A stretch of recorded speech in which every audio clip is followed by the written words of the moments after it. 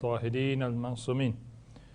En el nombre de Dios, el clementísimo, el misericordiosísimo, la alabanza es para Allah, para Dios, el Señor del universo, y la bendición y la paz sean con el profeta Muhammad, Mahoma Muhammad y su familia purificada. Esta noche, aquí ya es de noche, noche del 21, noche del martirio, noche del Qadr, noche del decreto. En la región estamos en el mediodía, o ya pasado el mediodía.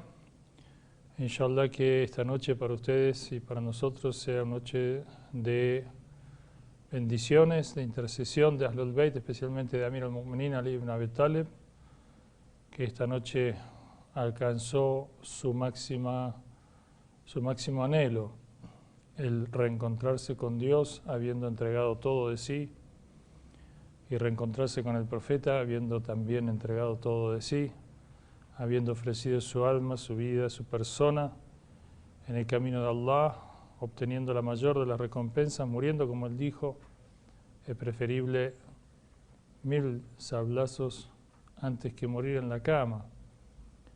Para un hombre tan grande, tan extraordinario, realmente no podía haber una muerte mejor, o sea, en la prosternación, en la mezquita, en la casa de Dios, y atacado por la espalda cobardemente, con una espada envenenada,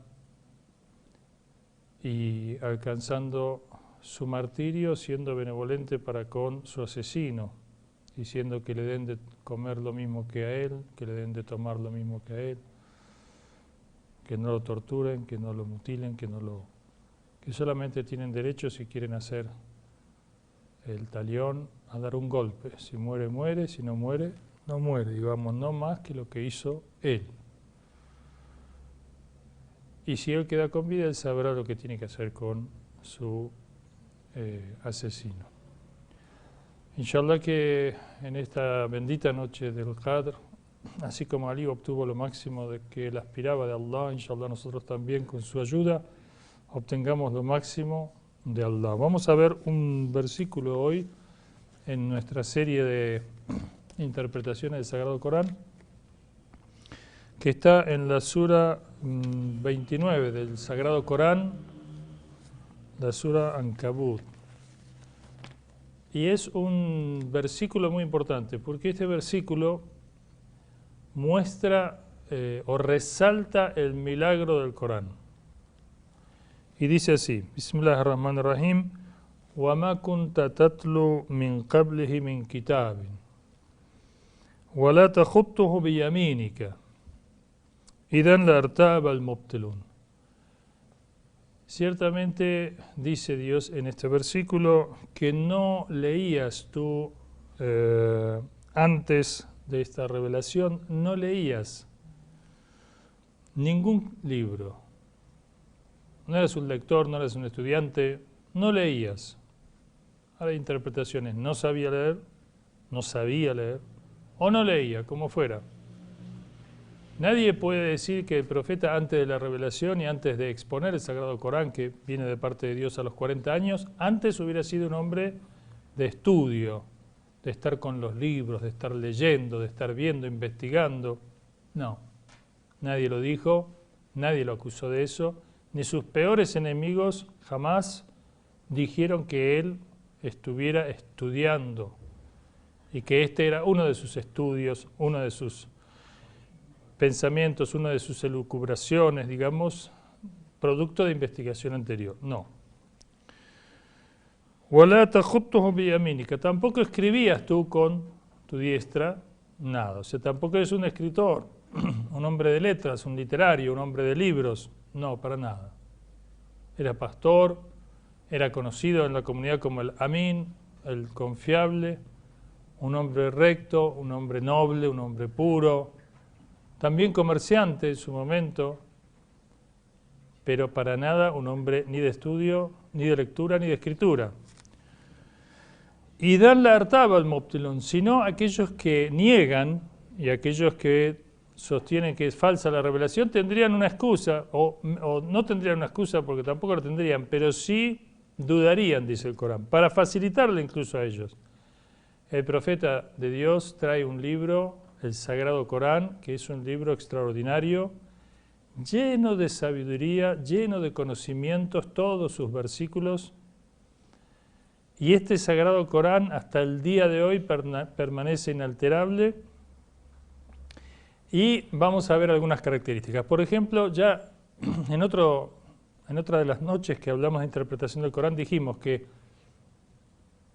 cuando uno revisa a los grandes sabios de la antigüedad, o del medioevo o para atrás la antigüedad, los grandes sabios, no el hombre común, que obviamente su ignorancia ya era demasiada, si tomamos en cuenta el tiempo transcurrido, obviamente visto con los ojos de hoy, los hombres que no eran sabios en la antigüedad eran muy ignorantes, evidentemente. Por ejemplo, la creencia de que la Tierra terminaba, digamos, en un confín más allá del cual había un abismo, o que la Tierra era sostenida por un elefante, por ejemplo, con su trompa. ¿Cuántas, digamos, de estas historietas y de estas creencias falsas, o que el sol era un dios, o que el mar era otro dios, o que la tormenta, o que etcétera, etcétera, digamos?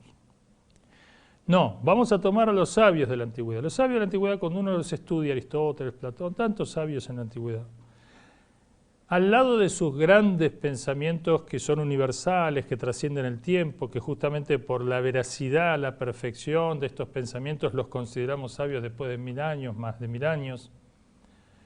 Pero muchos de estos, al lado de sus grandes, digamos, pensamientos, tenían ignorancias propias de la época. Pero cuando vamos al Sagrado Corán, encontramos que no hay nada que podamos tildar de una cosa ignorante, producto o condicionado por su tiempo, su condición social, su condición temporal, su condición espacial, la época. Ahora, si vamos a un lugar que estaba fuera de las grandes civilizaciones de Egipto, de Bizancio, de Persia, de la India, de China, y nos adentramos en un lugar como en la Meca, en pleno desierto de Arabia, bueno, ¿qué podríamos esperar ahí? Se dice que ahí había 11 personas que sabían leer y escribir, totalmente al margen de la civilización. Las creencias y superstería, digamos, las supersticiones de la época están registradas, lo que la gente creía en esa época. Por ejemplo, ataban un cordel, un hilo al árbol si se iban de viaje. Si volvía y no estaba, entonces quería decir que la mujer le había sido infiel, por ejemplo. O si en la casa del muerto venía una lechuza, era el espíritu del muerto y había que hacer esto o aquello. Tantas cosas que, obvias, creían que una estatua de madera era su dios y debían, digamos, sacrificarse a él, sacrificar a animales lo más querido a ese dios de madera, y si ese dios de madera estaba satisfecho, entonces le iría bien, si no, no, etc. Tantas creencias.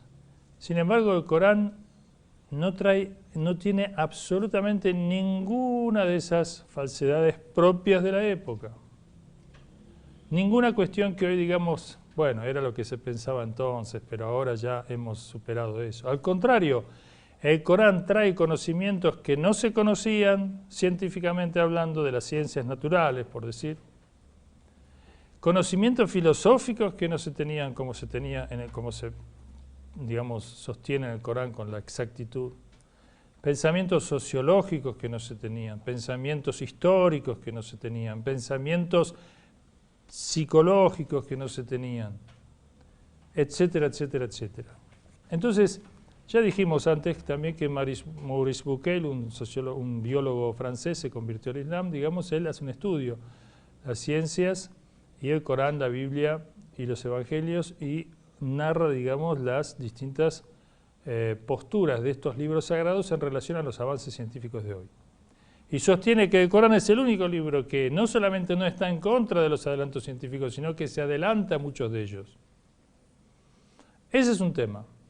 Ya vimos antes, por ejemplo, la creación de los vientos, las lluvias, los sexos de las plantas, los polos achatados de la esfera, digamos, de la Tierra, las órbitas en las que giran todos los planetas, las que gira, digamos, el Sol, la Luna, la Tierra. Ya vimos muchas de esas cosas, no vamos a volver. Hay otro aspecto, y es que Dios gusta de con lo mínimo mostrar lo máximo, porque está hablando, digamos, está exponiendo a los seres humanos su poder, su magnificencia. Entonces, por ejemplo, de unos cuantos cubos de piedra hace la Kaaba, la casa de Dios, a la que acuden millones de personas sostenida y regularmente todos los años a lo largo de los siglos, en medio del desierto, a vestir 2 pedazos de tela y a estar a acampar en el desierto durante días. Eso es algo extraordinario, que no ha perdido su vigencia, al contrario, día a día crece. Y si las condiciones de la época fueran no tan contrarias al Islam, en cuanto a propaganda, en cuanto a poder material, en el sentido de que el mundo islámico está en gran parte todavía colonizado, pero en proceso de liberación, todavía sería mucho más. Como año a año vemos que el esplendor del Islam y el esplendor de la Meca crece. Así también como con un pastor, por ejemplo, con pastores como Moisés,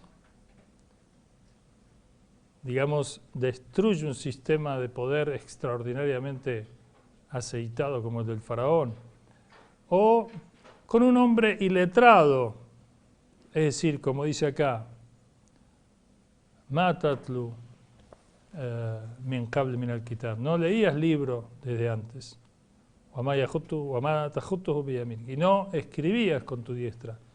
Entonces, con un hombre así, que no sabe o que no lee ni escribe, algunos dicen que sabía, pero no había leído ni escrito, entonces trae el libro por excelencia. Un libro que desde entonces hasta ahora se memoriza, en muchos casos, por mucha gente.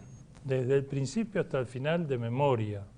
Puntos, comas, todo memorizado por mucha gente. Y el libro que más es leído en el mundo. Y únicamente se puede comparar, pero mucho menos, otros libros sagrados. Pero fuera de los libros sagrados no hay libro. ¿Cuántas veces uno puede leer en su vida una obra de Shakespeare, una obra de Cervantes o el Dante Alighieri, etcétera? ¿Cuántas veces lo puede leer? 3, 2. Yo pienso que de 1000 personas que le preguntamos si leyó más de una vez uno de estos libros, la mayoría no lo leyó nunca. Y el más leído y el más instruido lo puede haber leído una vez, 2. Pero el Corán, cualquier musulmán de cualquier nivel lo ha leído varias veces en su vida, o al menos una vez en su vida, pero hay muchos que lo han leído muchas. Por ejemplo, ahora en Ramadán, millones lo leen todo el Corán. Todos los Ramadán leen todo el Corán del principio hasta el final. ¿Y se cansan? ¿Alguien se cansa de leer el Corán? Nadie se cansa de leer el Corán. El Corán es permanentemente agua fresca, agua pura.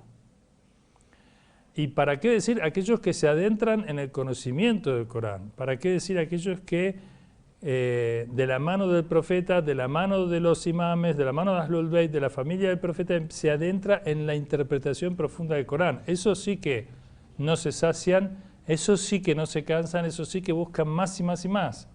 ¿Para qué decir aquellos que recitan el Corán, como los recitadores que vienen después de mí ahora, con esa voz hermosa que realmente llega hasta el alma, o la de los niños, o la de tantos que leen el Sagrado Corán?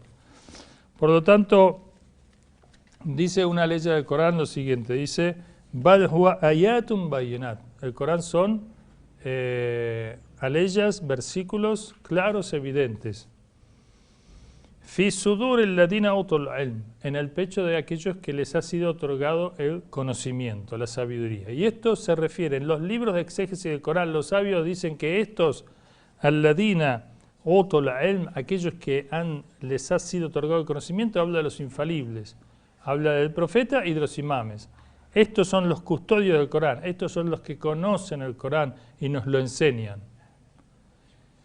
Y realmente de la mano de ellos y de la enseñanza de ellos no solamente no nos cansamos, sino que queremos más. Como alguien se puede cansar del agua o del aire, ¿quién se cansa del aire y del agua? De lo puro que viene de Dios nadie se cansa.